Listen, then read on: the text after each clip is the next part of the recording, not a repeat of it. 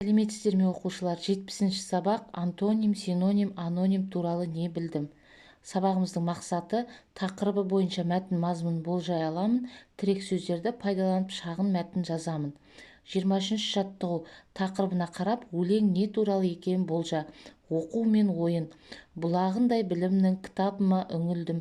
Сабағымды бітіріп, допқа қарай жүгірдім.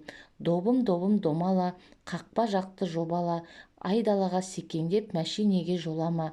Добым қандай айлалы, бізбен орғып ойнады. Сабақтан соң доп ойнау денсаулыққа пайдалы. Оқушылар, өлең неліктен оқу мен ойын деп аталған? Өйткені өлеңде сабақ оқып болғаннан кейін доп ойнаған бала туралы айтылған. Әрі сабақтан соң доп ойнау денсаулыққа пайдалы екені айтылған. Қарамен жазылған сөздің амоним бола алатындығын дәлелде.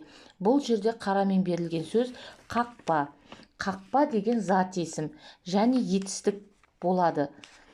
Мысалы, Елдос кілемді қақпай жая салды. 24-ші жаттығу жақша ішіндегі сөздердің тиістісін қойып, сөйлемдерді көшіріп жаз. Ермахан мықты боксшы. Зеренің үйі мектептен алыс. Ескі кітаптарды жыртуға болмайды. Енді жақшадағы сөздердің антонимін тап. Бұл жерде оқушылар мықты, күшті деген сөздің антонимі әлсіз, алыс, қашық деген сөздің антонимі жақын, ескі, көне деген сөздің антонимі жаңа болады. 25-ші жаттығу жұмбақты оқып шешуін тап. Кімнің ұшқыр ойы, сайысатын кімдер айт, 3 раунд бойы. Бұл әрине оқушылар, боксшылар. Ұшқыр сөзінің синонимін айт. Ұшқыр сөзінің синонимі жылдам деген мағына. 26-ші жаттығу тірек сөздерді пайдаланып, жеңіс тақырыбына мәтін құрап жаз. Қандай тірек сөздер берілген екен оқушылар біздерге?